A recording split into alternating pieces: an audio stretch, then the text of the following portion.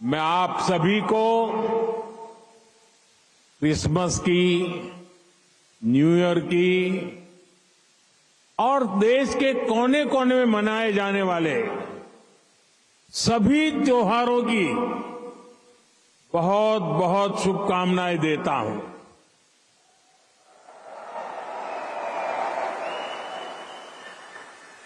साथियों, आज निजी रूप से मेरे लिए ये पल बहुत खास है। 43 इयर्स, 4 दशक से भी ज्यादा समय, 43 इयर्स के बाद भारत का कोई प्रधानमंत्री कुवैत आया है।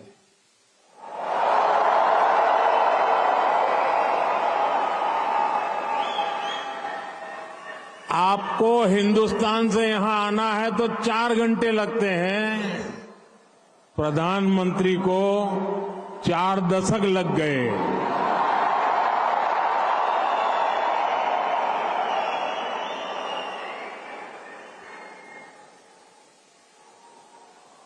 आप में से कितने ही साथी तो पीढ़ियों से कुवैत में ही रह रहे हैं। बहुतों का तो जन्म ही यहीं हुआ है और हर साल सैकड़ों भारतीय आपके समूह में जुड़ते जाते हैं। आपने कुवैत के समाज में भारतीयता का तड़का लगाया है। आपने कुवैत के कैनवास पर भारतीय हुनर का रंग भरा है। आपने कुवैत में भारत के टैलेंट, टेक्नोलॉजी और ट्रेडिशन का मसाला मिक्स किया है।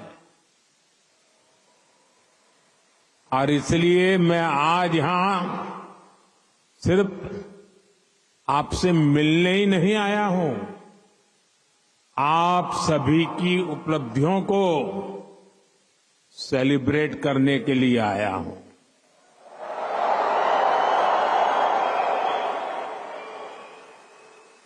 साथियों, थोड़ी देर पहले ही मेरी यहां काम करने वाले भारतीय श्रमिकों, प्रोफेशनल से मुलाकात हुई है। ये साथी यहां कंस्ट्रक्शन के काम से जुड़े हैं, अन्य अनेक सेक्टर्स में भी अपना पसीना बहा रहे हैं। भारतीय समुदाय के डॉक्टर्स, नर्सेज, पैरामेडिक्स के रूप में कुवैत के मेडिकल इंफ्रास्ट्रक्चर की बहुत बड़ी शक्ति है। आप में से जो टीचर्स हैं, वे कुवैत की अगली पीढ़ी को मजबूत बनाने में सहयोग कर रहे हैं। आप में से जो इंजीनियर्स हैं, आर्किटेक्ट हैं, वे कुवैत के नेक्स्ट जनरेशन इंफ्रास्ट्रक्चर का निर्माण कर रहे हैं। और साथियों, जब भी मैं कुवैत की लीडरशिप से बात करता हूं तो वो आप सभी की बहुत प्रशंसा करते हैं।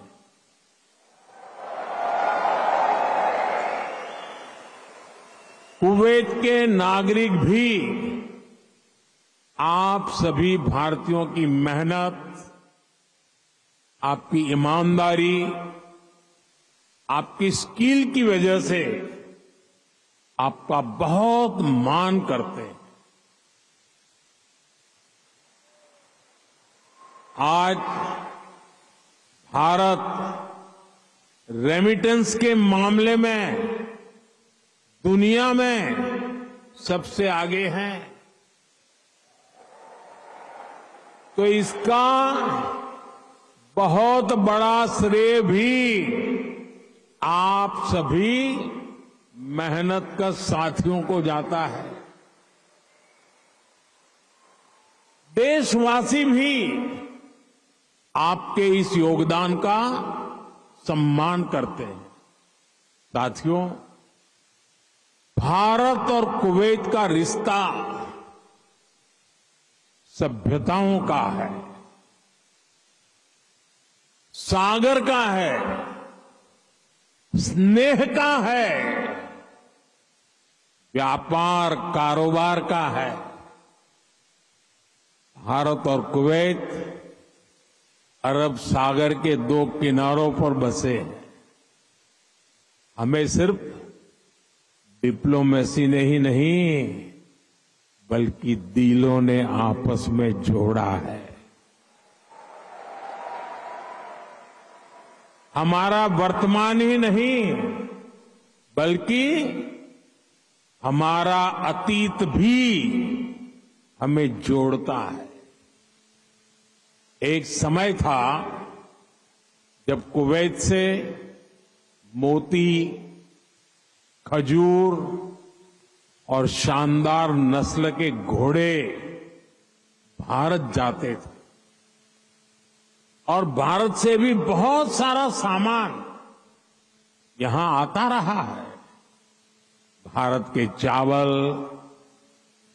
भारत की चाय, भारत के मसाले, कपड़े, लकड़ी यहां आती थी। भारत की टीकवुड से बनी नौकाओं में सवार होकर कुवैत के नाविक लंबी यात्राएं करते थे। कुवैत के मोती भारत के लिए किसी हीरे से कम नहीं रहे हैं। आज भारत की ज्वेलरी की पूरी दुनिया में धूम है, तो उसमें कुवैत के मोतियों का भी योगदान है। गुजरात में तो हम बड़े बुजुर्गों से सुनते आए हैं कि पिछली शताब्दियों में कुवैत से कैसे लोगों का, व्यापारी कारोबारियों का आना जाना रहता था। खासतौर पर 19वीं सेंचुरी में ही कुवैत से व्यापारी सूरत आने लगे थे। तब सूरत कुवैत के मोतियों के लिए इंटरनेशनल मार्केट हुआ करता था। सूरत हो, पोरबंदर हो, वेरावल हो, गुजरात के बंदरगाह इन पुराने संबंधों के साक्षी है। कुवैती व्यापारियों ने गुजराती भाषा में अनेक किताबें भी पब्लिश की है। गुजरात के बाद कुवैत के व्यापारियों ने मुंबई और दूसरे बाजारों में भी उन्होंने अलग पहचान बनाई थी।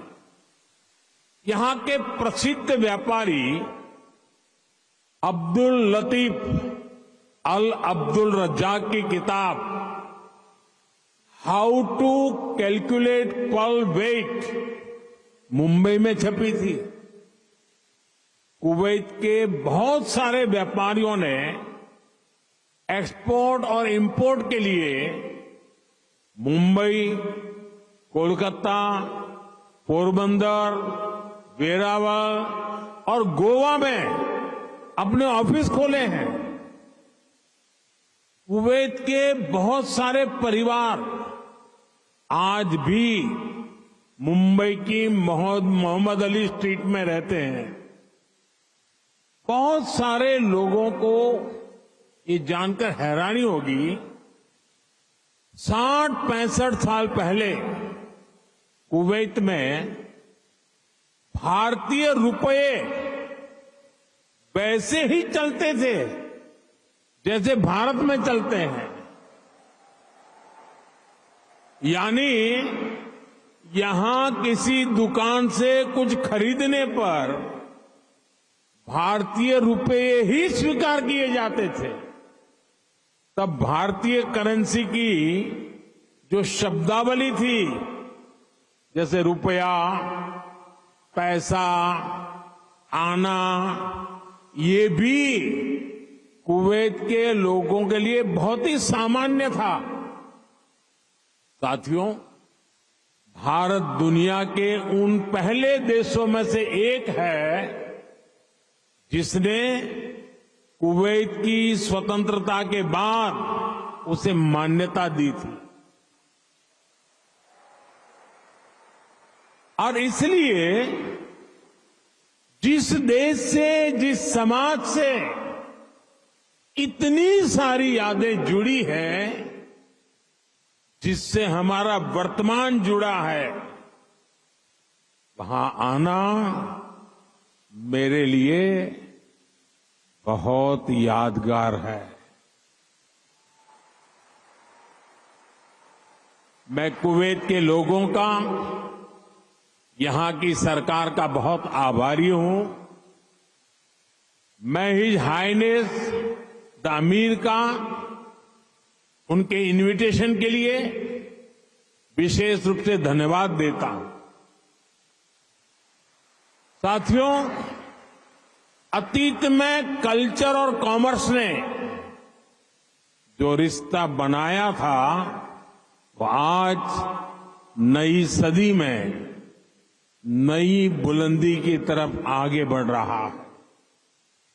आज कुवैत भारत का बहुत अहम एनर्जी और ट्रेड पार्टनर है। कुवैत की कंपनियों के लिए भी भारत एक बड़ा इन्वेस्टमेंट डेस्टिनेशन है।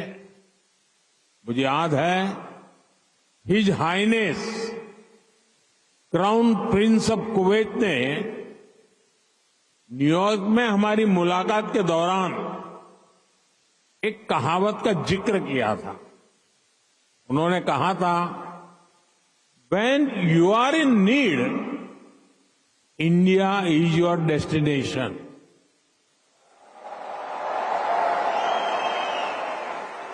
भारत और कुवैत के नागरिकों ने दुख के समय में, संकट काल में भी एक दूसरे की हमेशा मदद की है। कोरोना महामारी के दौरान दोनों देशों ने हर स्तर पर एक दूसरे की मदद की। जब भारत को सबसे ज्यादा जरूरत पड़ी तो कुवैत ने हिंदुस्तान को लिक्विड ऑक्सीजन की सप्लाई दी।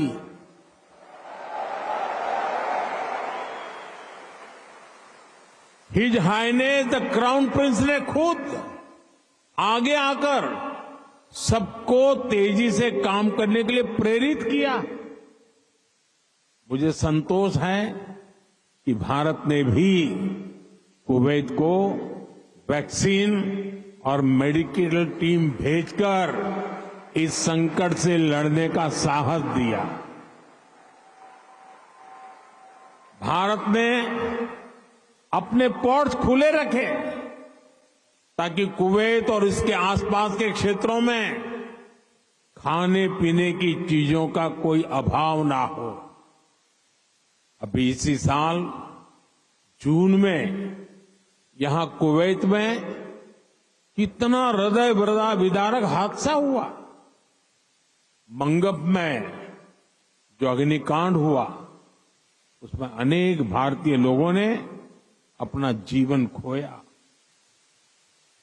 मुझे जब ये खबर मिली तो बहुत चिंता हुई थी, लेकिन उस समय कुवैत सरकार ने जिस तरह का सहयोग किया, वो एक भाई ही कर सकता है।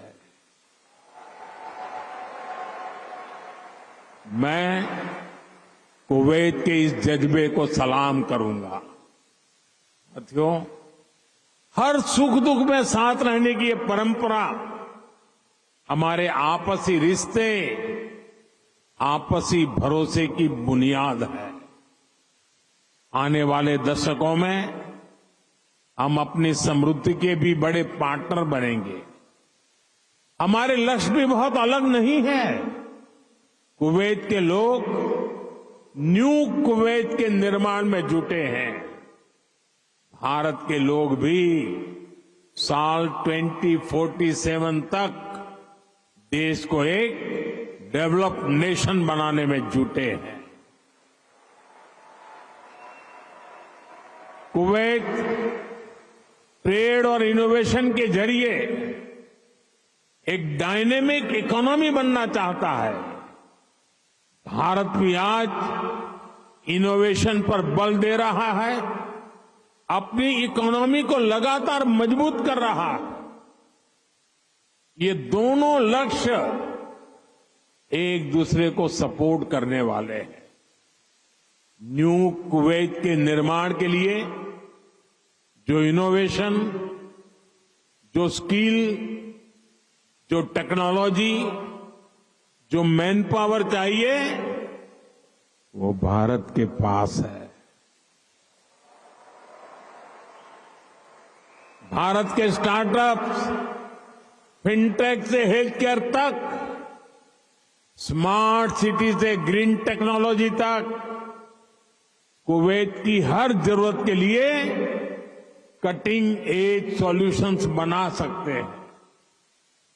भारत का स्किल यूथ कुवैत की फ्यूचर जर्नी को भी नई स्ट्रेंथ दे सकता है। साथियों, भारत में दुनिया की स्किल कैपिटल बनने का भी सामर्थ्य है। आने वाले कई दशकों तक भारत दुनिया का सबसे युवा देश रहने वाला है। ऐसे में भारत दुनिया की स्किल डिमांड को पूरा करने का सामर्थ्य रखता है और इसके लिए भारत दुनिया की जरूरतों को देखते हुए अपने युवाओं का स्किल डेवलपमेंट कर रहा है, स्किल अपग्रेडेशन कर रहा है।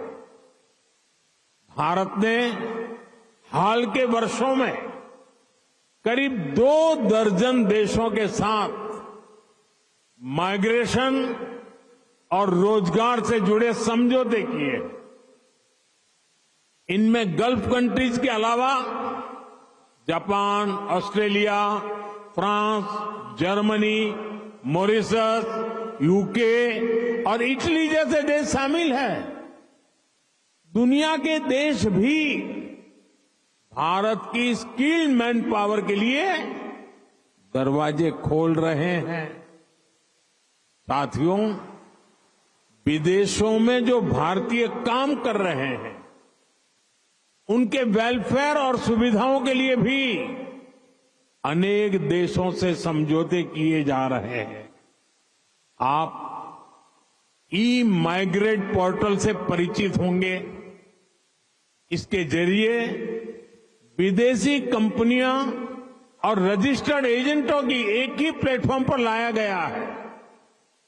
इससे मैन पावर की कहां जरूरत है, किस तरह की मैन पावर चाहिए, किस कंपनी को चाहिए, ये सब आसानी से पता चल जाता है। इस पोर्टल की मदद से बीते 4-5 सालों में ही लाखों साथी यहां खाड़ी देशों में भी आए हैं।